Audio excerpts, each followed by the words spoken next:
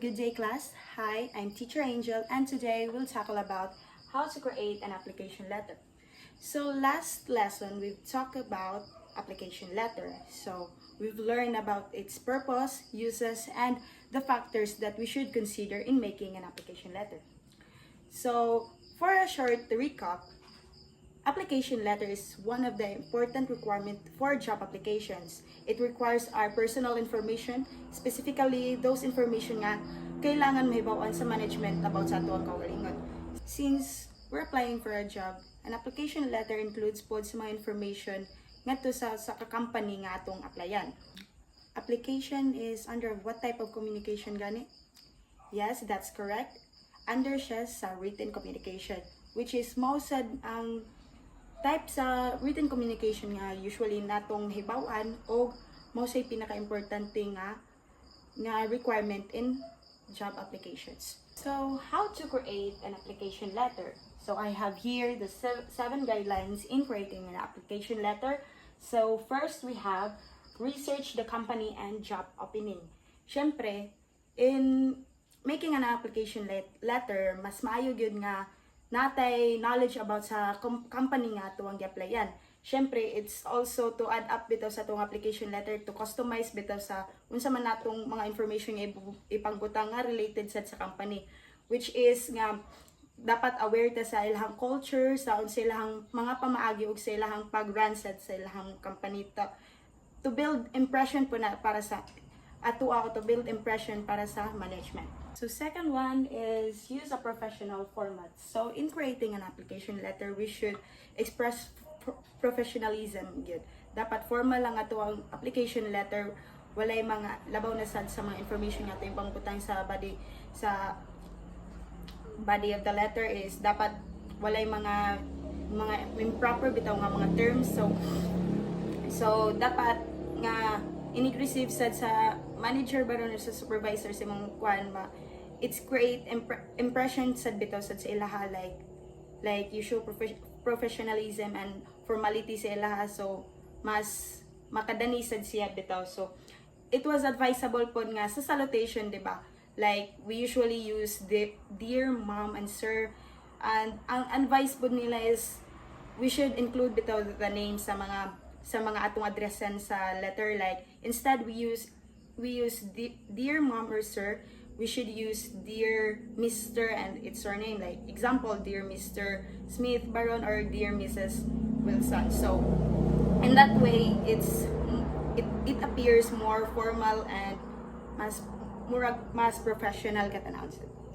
Then the third one is state the position you're applying for. Of course, dapat clear ta sad sa unsa nga position natong i-apply. Like basin ang halang hiring mao ni nga position, then ang imong gibutang sa imong application letter is lahi nga position day, so maka-create siya confusion gid between nimo ug sa management. So and also it includes po dere sa kung asa ba nimo nakit-an ang job hiring post or nabay nag-recommend nimo an nga job. So masud siya sa state the position you're applying for.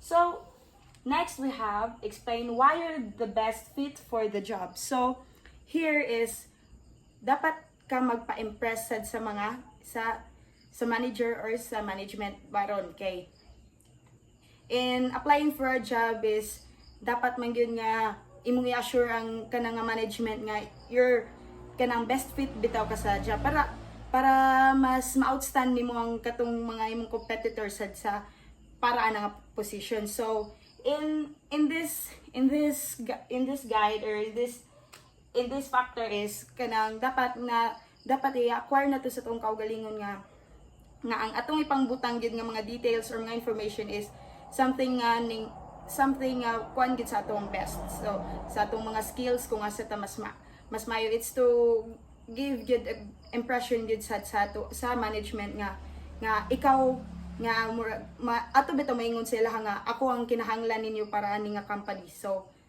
mao nga dapat ako ang inyong kuhaon. So inana nga impression bitaw ang ilahang makuha. So but we should express those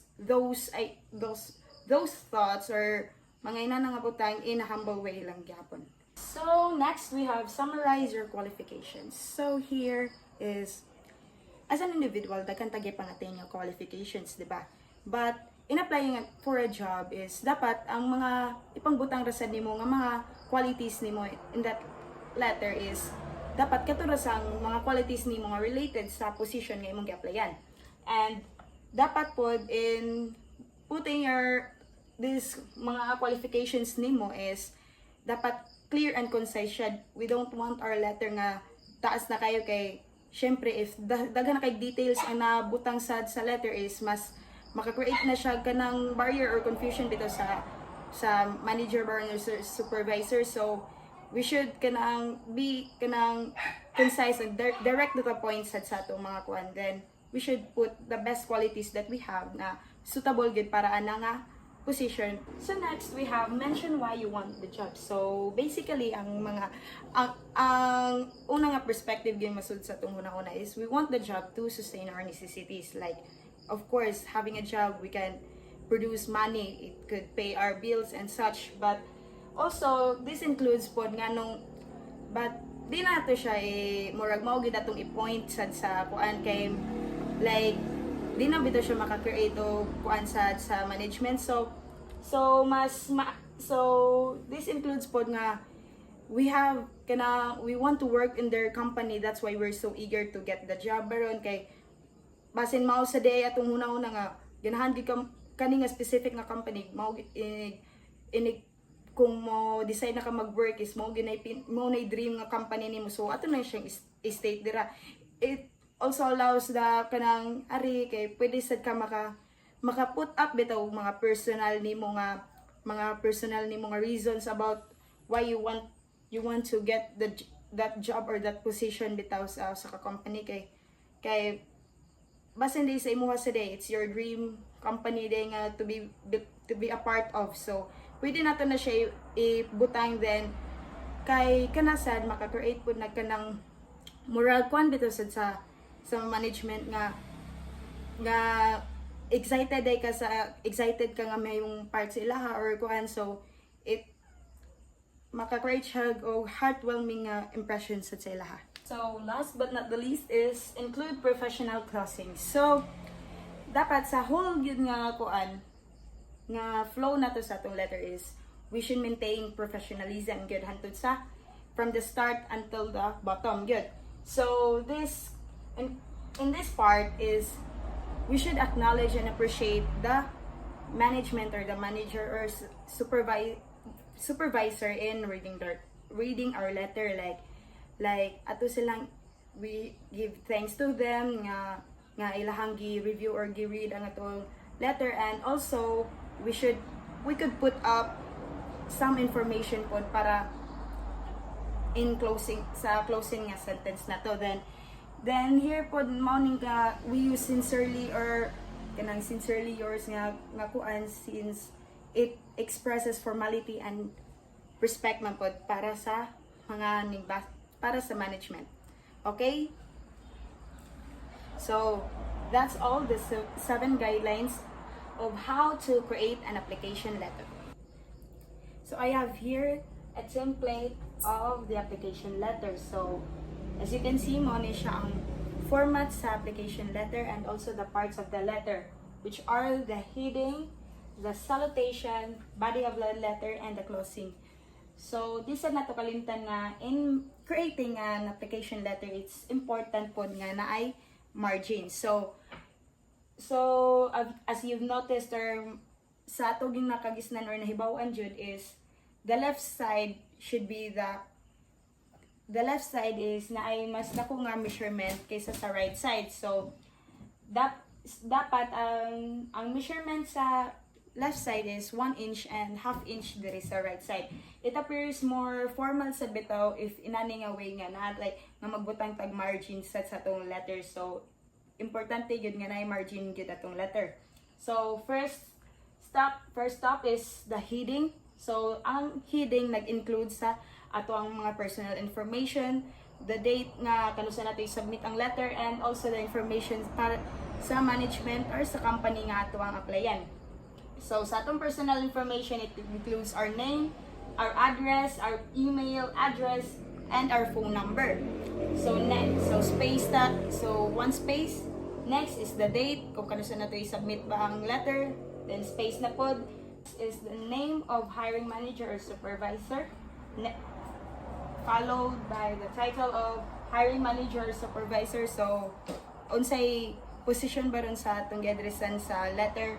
If manager ba ni siya, ato ibutang manager, or supervisor ba ni siya, ang atong ibutang sad is supervisor. So, followed by the company name. So, include sa ginato dapat ang name sa company nga atong i-applyan. Also, the company address. So, also, dapat nasa gid ang address sa company nga atong i-applyan. So, next is space and followed by the salutation, which is are na natong ibutang baron is dear Mr. or Miss, as what I mentioned earlier nga ang proper way or formal way nga pag-address bitaw sad sa atong letter is na ma-include gid ang name sa kanang manager baron sa supervisor nga atong addressan sa atong letter. So next kay space na pod are na mag-start ang body of the letter. So, the first factor nga dapat natin consider in writing up the body of the letter is to outline where you saw the job posting and express interest in working in this role. So, dapat natong i-describe or i-state po kung asa na to na kita ang job posting, and also i-express nga interested ta nga nga position or nga job nga atong applyan. Next factor is we have to discuss some of your qualifications that make you a good fit for the job. So, of course, mao na yung pinaka-importante nga part po nga dapat nato i-state ang mga qualifications or qualities nga natong attain nga syempre align po sa position or sa job natong i-applyan. Syempre, if we're applying for a teacher, dito dapat magbutang pulog may bata mo luto, lamay bata kung may bata mo luto ba ani ron, or lamay ta mo timpla og drinks inana, syempre dapat related sad sa teaching ang atuang mga qualifications nga ipangbutang. So ara sa makita nga we're a good fit for the position and mas angay tang pilion nila for the position. So next is describe your past experience in a way that emphasizes your personality and skills while also showcasing how you align with the goals of the company. So here kay if namang ta experience about such mga other mga jobs na po is ang impression and our perspective ano sa management is you are more skilled and in handling responsibilities and duties. So importante po if natin mga experiences atog yung ibutang sa atong application letter, it's to put up bitaw impression po sa management, and also it should highlights our skills og sa mga og personality nga atong gi-attain nga para mahimutang good fit or suitable sa job or position nga atong i-applyan, nga mahimutang mas capable in kanang receiving bitaw sa opportunity. Next is express your appreciation to the hiring manager for reviewing your letter. Include any follow-up information if applicable. So, the last part sa body of the letter is, of course, we should acknowledge the management and reviewing or reading sa tuang letter, and also if natin mga ipang follow-up pa nga mga information or kanang details pagbitaw sa atong letter is pwede na nato isad siya i-include or i-apas diri sa closing sa body of the letter. So the last part is closing, so we could use sincerely or best, and finally our signature together with our printed name sa pinaka last na sa pinaka bottom na sa atong letter. So mao na yung flow sa application letter, and that's how you create an application letter. So I hope we've learned a lot from our discussion today, and I know na this ma-recall rin ninyo or magamit din ninyo in the near future. So that would be all. Thank you, God bless, and class dismiss.